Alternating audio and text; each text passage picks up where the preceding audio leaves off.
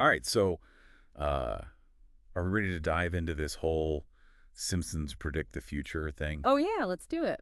Cool. So we're looking at this YouTube video essay today, and it goes pretty deep. It does, It yeah. uses a bunch of data analysis and interviews with experts to see if there's any truth to this whole idea. It's pretty fascinating how this theory has become so popular, you know? Yeah. Like, you see those memes everywhere, articles debating whether it's real or not. It's Right. like a modern-day myth almost. Yeah, and the video starts off by laying out the common conspiracy theory Okay. that the Simpsons writers, they're somehow in the know, right? They're dropping hints Right. about future events. Right. And you have things like the Trump presidency or the Disney-Fox merger, which they kind of seem to predict. It's easy to see why people think that way, right? Totally. Especially when you see those examples. Wow. But then you have all the academics Uh-huh. who push back on that, saying, look, it's just a numbers game. Right. This show's been running for so long, statistically, some jokes are going to become reality, right? Right. Like, they point to other shows like Star Trek, which has also had a few so-called predictions too. Of course. But here's the thing that really throws me off, is if it is just a numbers game, how come this video suggests that The Simpsons gets it right so much more often than other long-running shows? Well, and that's where things get interesting. Yeah. This video, it's called CHUPPL, by the way. Okay. It argues that it's not just about the volume of jokes, but the kind of jokes and who's writing them, you know? Right. The team behind it.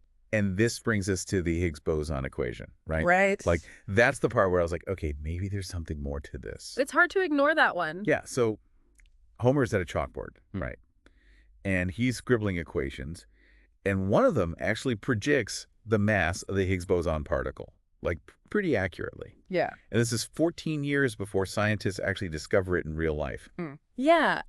That episode really kind of puts a dent in the whole coincidence theory, doesn't it? For sure. And the video digs into how it happened. Like, how did they do that? Right. And it turns out, like, the Simpsons writers' room, it's full of people with, like, advanced degrees. Oh, wow. You've got scientists, mathematicians, people who know politics really well, all sorts of experts. So they're not just like making this stuff up off the top of their heads. Yeah, no, they're not. Like, they're actually doing their research and putting thought into these jokes, even though they are for comedic purposes. Yeah, and like with the Higgs boson equation, that writer, like, he actually consulted a physicist friend to make sure it was accurate. Oh, wow.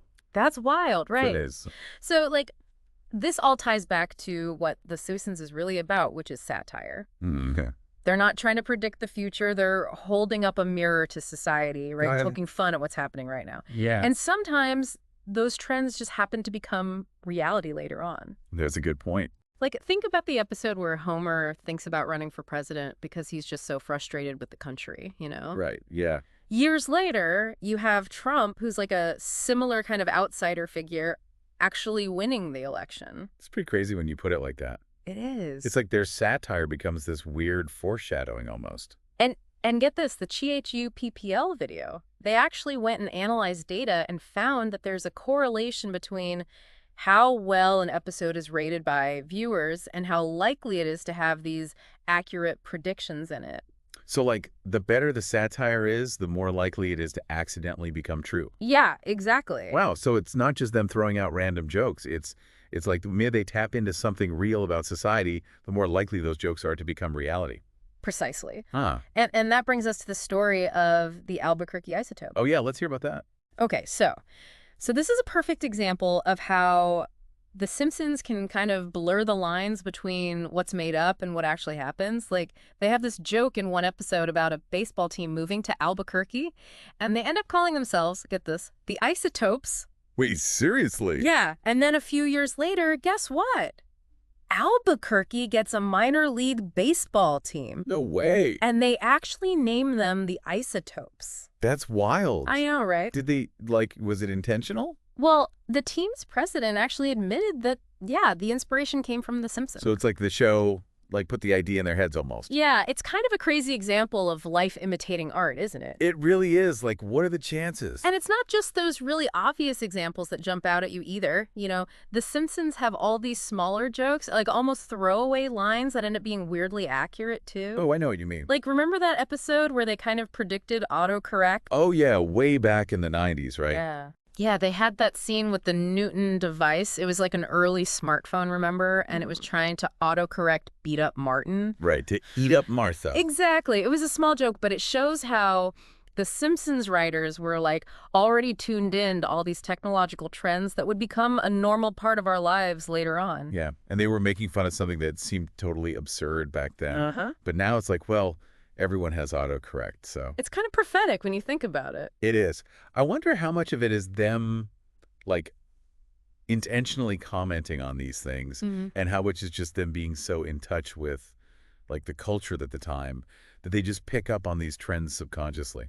It's a good question. I mean, it's like they have a sixth sense for where society is headed almost. Right. But I think it also speaks to that, that unique combination of humor and social commentary that makes The Simpsons so unique. They're not just telling jokes, they're reflecting on the world around them. And sometimes those reflections just happen to be really accurate. We do have to be careful not to just see predictions everywhere, though. Oh, absolutely. Like, I've seen people point to that episode where Bart's holding up a brochure. Okay. It says, New York on $9 a day. Right. And the Twin Towers are in the background. Uh-huh. And they try to say it predicted 9/11. Oh, right, yeah. That's a classic example of how our memory can kind of trick us. Right. Hindsight. Yeah, hindsight bias. It's easy to look back and read into things that weren't necessarily intended. It's important to remember that the Simpsons writers aren't deliberately trying to predict these horrible tragedies, right? No, of course not. They're satirists. They're not psychics. Right, they're making jokes. Exactly. And sometimes coincidences just happen. I mean, details can take on a whole new meaning when something big happens afterward. Totally. We have to use our, critical thinking skills here. Not every little thing is a prediction. But that doesn't change the fact that there are some patterns in The Simpsons. Like, there are moments where they do seem to tap into something real about the way our society is changing. Right, and that's why this whole idea of The Simpsons predicting the future is so interesting to me. It makes us think about how much of life is coincidence versus, like, how much is intentional, and what's the power of satire, and how can pop culture affect how we see the world? It's like they're not predicting the future so much as they're helping to shape it in a way. It's an interesting thought, isn't it? It really is. And, it makes me think about the writers themselves. Like, we talked about their education and expertise, but it's more than that, right? Yeah, definitely. It's like they're passionate about all sorts of things. Right. And those passions just naturally come out in their writing, the stories and jokes they come up with. It's like they're bringing their whole selves to the table. Yeah, that's what makes The Simpsons so multi-layered, I think. Like, you can see their love for science, their interest in history, their observations about politics. It's all woven into the show. It's like they're sneaking in some education while we're being entertained. Yeah, exactly. And that's why The Simpsons appeals to such a wide range of people. It can be enjoyed on so many different levels. Yeah. You can just watch for the laughs or appreciate how clever the satire is, or you could really dig into the cultural references and all the deeper meanings.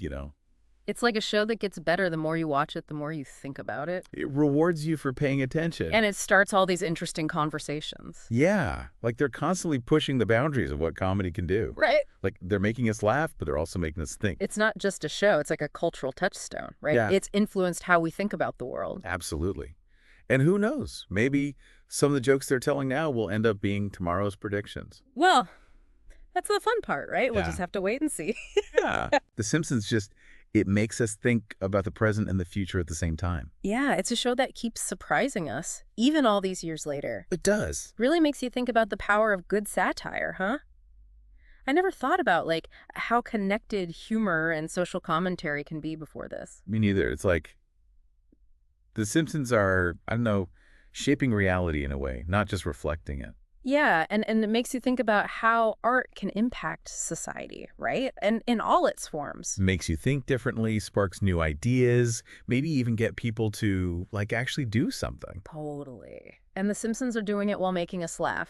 So does this change how we watch the show now? Right. Like, should we be watching for those hidden meanings and, like, trying to figure out the future from every episode? Well, maybe not clues exactly, but it does make you want to, like, pay closer attention. Okay. See how they're commenting on what's going on in the world and how they seem to know what's coming next. And maybe it'll make us think more critically about, like, our own world, too. Like, what role does satire and humor play in the future, you know? Yeah. What's funny now, and what does that tell us about where we're headed? That's a great point. Because this whole Simpsons predict the future thing, it's not about, magic or anything. It's Right. about seeing what's really going on, being creative, finding the funny side of things. Yeah, well said. I think we've covered a lot today. Started with the conspiracy theories and then, looked at all the data, talked about satire, expert knowledge, and even just plain coincidence. And we talked about like thinking critically too, right? Not every coincidence is a prediction, but the Simpsons definitely have a way of tapping into like the mood of the times, the things that are shaping the world. So, to sum it all up for everyone listening, Yeah. The Simpsons may not have a crystal ball, but they definitely know how to make us think, make us laugh, and see the world a bit differently. Exactly. And remember that's part of what makes good satire so powerful, right? It makes us question things we might not have thought about before. Yeah. Shows us how absurd things can be and that opens up all these new possibilities, good and bad. So keep thinking about this stuff, and who knows, maybe you'll spot the next Simpsons prediction before it happens. Until next time, keep exploring, stay curious, and thanks for joining us for this deep dive.